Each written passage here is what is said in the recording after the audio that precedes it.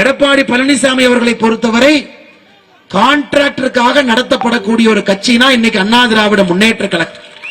அம்மா அவர்கள், காலஞ்சென்ற அம்மா அவர்கள், மக்களுடைய அன்பை எல்லாம் பெற்ற நம்முடைய புரட்சி தலைவி அம்மா அவர்கள் ஆண்டவனோடு இருந்து இதெல்லாம் பார்த்துக்கிட்டு இருக்கிறாங்க. இன்னைக்கு எடப்பாடி பழனிசாமி அவர்கள் இந்த கட்சியை கான்ட்ராக்டருக்கு தாரை வார்த்திருக்கின்றார். அவர் போட்டிருக்கக்கூடிய வேட்பாளரை மட்டும் பாருங்க. கிளாஸ் ஏ கான்ட்ராக்டர் பையனா சீட்டு, மணல் கடத்துறீங்களா உங்க தம்பி பையனுக்கு சீட்டு. நீங்க இதுக்கு முன்னாடி எனக்கு மெடிக்கல் காலேஜ் தமிழ்நாட்டில் வரும்போது கான்ட்ராக்ட் எடுத்து கட்டினீங்களா உங்களுக்கு சீட்டு. அனைத்து இந்திய அண்ணா திராவிட முன்னேற்ற கழகத்தினுடைய இன்னைக்கு எடப்பாடி பழனிசாமி அவர்கள் யாருக்கு சீட்டு கொடுத்திருக்காங்கன்னு பாருங்க. உண்மையான அண்ணா திராவிட முன்னேற்ற கழகத்தினுடைய தொண்டர்கள் அதை ஏற்றுக்கொள்ள மாட்டார்கள். அதனால்தான் நான் தொடர்ந்து சொல்லிக் கொண்டிருக்கின்றேன், 2024 தேர்தலுக்கு பிறகு எடப்பாடி பழனிசாமி அவர்கள் தலைமையிலான அண்ணா திராவிட முன்னேற்ற கழகம் இருக்காது.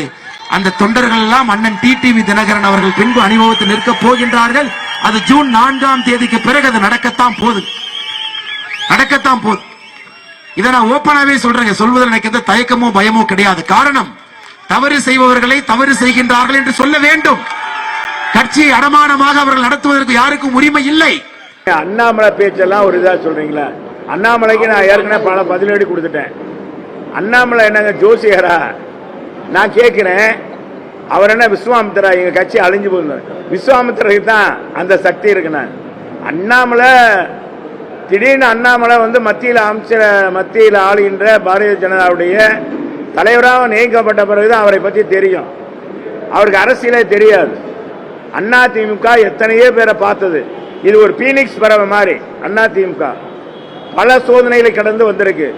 இன்னைக்கு புரட்சி தமிழர் எடப்பாடியார் தலைமையில் இந்த இயக்கம் பெரிய இயக்கமாக, இந்தியாவிலே 3வது பெரிய இயக்கமாக அண்ணா திராவிட முன்னேற்ற கழகம் இருக்கு. தமிழகத்திலே தனிப்பெரும் இயக்கமாக இருக்கிறது. இது அண்ணாமலை கூற்று என்பது வேடிக்கையானது, நகைச்சுவையானது. அவர் இன்னைக்கு நகைச்சுவையாக மாறிவிட்டார். அவருக்கு தோல்வி பயம் கோயம்புத்தூர்ல. எனவே அந்த தோல்வி பயத்தை மறைக்கிறதுக்காக இது மாதிரிலாம் பேசி பார்க்கிறார். ஏன் பேசி பார்க்கிறாரு? பேசுறது பேசட்டுமே. இன்னும் எத்தனை நாளைக்கு தேர்தல்? இன்னைக்கு என்ன ஒரு வாரம் இருக்காங்க? என்ன ஒரு வாரம் இருக்கு? ஒரு வாரம் முடிஞ்ச பிறகு ஜூன் 4ஆம் தேதி பிறகு அண்ணாமலை எங்க இருக்காரு?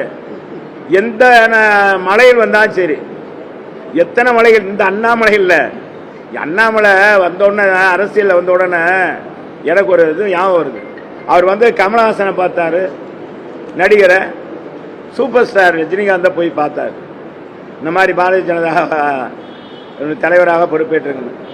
அவங்க என்ன சொல்லி வார்த்தாங்கன்னா, அண்ணாமலை பேர் இருக்கனால அண்ணாமலை சொல்கிறான், ஆண்டவன் சொல்றான்னு சொல்ற மாதிரி.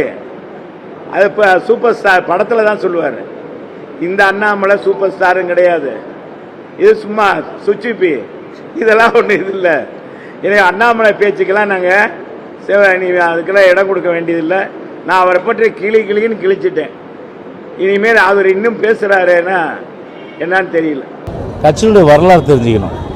கட்சியை பொறுத்தவரையில் 1972 புரட்சி தலைவர் எம்ஜிஆர் ஆரம்பித்து புரட்சி தலைவர் அம்மா அவர்கள் கட்டி காத்து இன்றைக்கு அந்த கழக எடப்பாடியோட தலைமையில் 2 கோடிக்கு மேற்பட்ட தொண்டர்களோடு ஒரு சிறப்பாக வழி நடத்தப்படுகின்ற இயக்கம் அனைத்து இந்திய அண்ணா திராவிட முன்னேற்ற கழகம். இங்கே எல்லா ஒற்றுமையாக இருக்கும்போது எப்படி கட்சி டிடிவி போவோம்? ஏதாவது கிளி ஜோசிய காராட்டாரா எனக்கு தெரியல எனக்கு. அதனால் இவர் ஒரு தொழில் கையில் வச்சுக்கிறார். ஆருடம் பார்க்கறது.